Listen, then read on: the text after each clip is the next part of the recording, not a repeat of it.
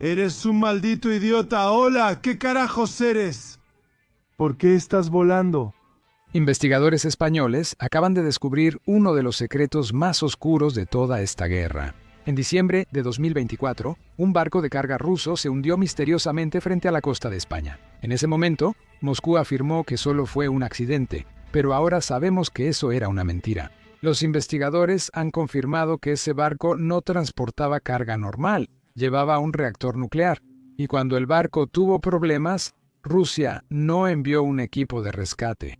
Mandaron un buque de guerra para ocultar pruebas. Hubo explosiones bajo el agua, bengalas para cegar a los satélites y luego el barco desapareció a 8.000 pies bajo la superficie. Esa es una de las mentiras que Putin intenta sostener esta semana. También está fingiendo intentos de asesinato contra su propia vida, mientras construye un nuevo palacio secreto de 130 millones en la Crimea ocupada. Así que veamos todos los secretos que el Kremlin está desesperado por enterrar, empezando por el reactor nuclear. Rusia ha estado pidiendo ayuda a Corea del Norte. Esa ayuda incluía proyectiles, armas y, por supuesto, soldados. Y a cambio, Corea del Norte está recibiendo todo lo que quiere, incluyendo submarinos nucleares. Bueno, el año pasado, en diciembre, Rusia estaba tratando de transportar uno de estos reactores nucleares desde San Petersburgo hasta Vladivostok. Desafortunadamente, Rusia tuvo que dar la vuelta al mundo solo para transportar equipo entre sus dos puertos. Esa es simplemente la triste realidad del Imperio ruso, y esa fue una de las razones por las que Rusia perdió la guerra ruso-japonesa en 1905. Bueno, esa misma geografía está regresando para enfrentar a Putin. El 22 de diciembre de 2024, el barco que transportaba el reactor nuclear comenzó a reducir la velocidad frente a la costa de España. Inicialmente, el capitán afirmó que solo era un error mecánico, pero 2 días después llegó un buque de guerra ruso y exigió el control de la zona. Luego lanzaron bengalas al cielo. Ahora sabemos que eso fue para interrumpir la vigilancia satelital. Luego, poco después de que esto sucedió, hubo explosiones bajo el agua y el barco original desapareció de la superficie. El barco terminó hundiéndose a 2.500 metros o aproximadamente 8.000 pies bajo el océano. Pero el buque de guerra no se fue, siguió patrullando la zona. Luego, días después, llegó otra embarcación rusa que era capaz de realizar recuperaciones en aguas profundas. Esto sugiere un intento de recuperar o destruir equipo sensible. Por eso los investigadores españoles indagaron qué hacía este barco. Originalmente afirmó que transportaba buques de carga vacíos, pero ese no era el caso. Verás, este barco se dirigía hacia Corea del Norte y usando satélite, podías ver que llevaba 2 contenedores no declarados. Estos contenedores se usaron para albergar reactores nucleares VM-4SG, los mismos reactores que Rusia utiliza para sus submarinos nucleares. Así que los investigadores ataron cabos y se dieron cuenta de que Rusia estaba usando reactores nucleares para pagarle a Corea del Norte por toda la ayuda que estaba recibiendo. Ahora, parece que para Putin, debido a las sanciones, cada vez le resulta más difícil incluso pagarle a la gente que lo está ayudando. Y por eso la economía rusa se está yendo al caño ahora. Mientras se realizaba la investigación, Rusia presentó pruebas de que Ucrania atacó la residencia de Putin. Esa fue la afirmación que las autoridades rusas hicieron hace apenas unos días. Y entonces todos empezaron a pedirles pruebas. ¿Tienen alguna prueba de estas afirmaciones que están haciendo? Pues ¿qué creen? Rusia sí tiene pruebas. Escuchen esto. ¿Qué carajos estás haciendo? Alrededor de las 19:20 horas del 28 de diciembre, unidades de las fuerzas aeroespaciales rusas y tropas técnicas detectaron un ataque aéreo utilizando drones tipo avión que operaban a altitudes extremadamente bajas desde las regiones de Sumy y Chernigov en Ucrania. ¿Qué demonios estás haciendo? El ataque enemigo, según el mapa, fue dirigido en varias direcciones hacia las residencias del presidente de Rusia, sobre los territorios de las regiones de Bryansk, Smolensk, Tver y Novgorod.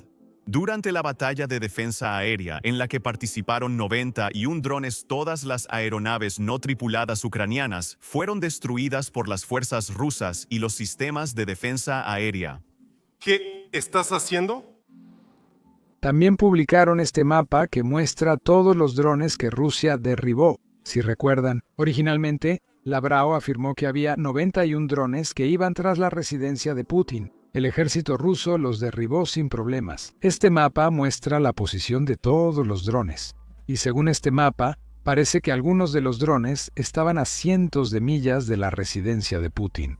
No sé cómo Rusia se dio cuenta de que se dirigían hacia la casa, pero tal vez deberían usar esa tecnología para detener los drones que están atacando las refinerías y las estaciones eléctricas rusas. No lo sé, solo estoy dando un comentario. No queremos burlarnos de las autoridades rusas, ya que el mapa no fue la única evidencia que presentaron. Ahora también tienen este video que sí muestra. Rusia afirma haber derribado un solo dron ucraniano que transportaba unos 6 kilogramos, 13 libras de explosivos. El único problema con este video es que en realidad es un dron ruso, el dron ruso Garbara, que simplemente ha sido pintado de negro. Y como si eso no fuera lo suficientemente malo, el dron tiene una batería y un módulo de módem celular de fabricantes que trabajan con el ejército ruso.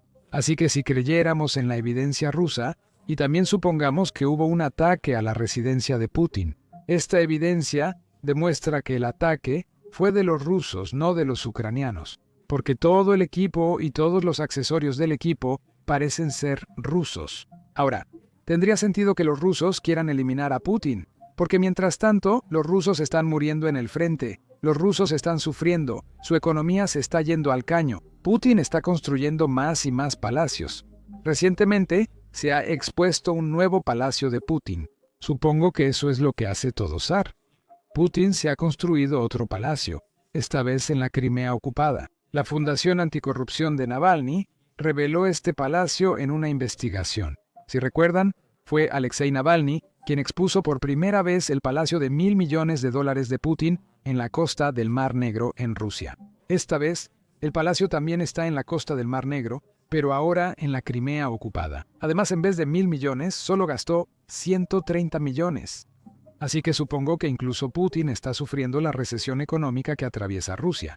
Pero este palacio no es algo de lo que uno deba reírse. La casa principal mide unos 9.000 metros cuadrados, 100.000 pies cuadrados, y la casa de huéspedes casi 5.000 metros cuadrados, 55.000 pies cuadrados. Además, el edificio también tiene habitaciones para el personal. Cuenta con instalaciones técnicas, un muelle privado y una playa artificial. Incluye cosas que los rusos jamás imaginarían.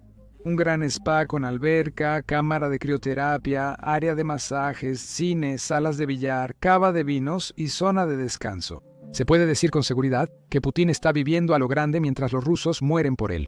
Echa un vistazo a este nuevo informe de la British Broadcasting Corporation, que básicamente cuenta las bajas rusas en 2025 según el informe. En 2025, Rusia perdió 40 soldados más en el frente que en cualquier otro año desde que inició la invasión a gran escala. La British Broadcasting Corporation, de hecho, confirmó los nombres de aproximadamente 160.000 rusos muertos. Estos nombres fueron confirmados usando obituarios, cementerios y todo lo demás que Rusia realmente hace público. Ahora, el número real de muertos podría ser el doble, ya que el ejército ruso suele registrar a los fallecidos en el frente como desaparecidos. Así, el gobierno evita pagar los bonos prometidos a las familias y ahorra dinero para construir palacios. Para Putin, después de todo lo que hace por el país, sí merece un premio ahora. Aquí es donde aprendí algo interesante. Durante mucho tiempo, sabemos que a muchos reclutas les mienten al unirse al ejército.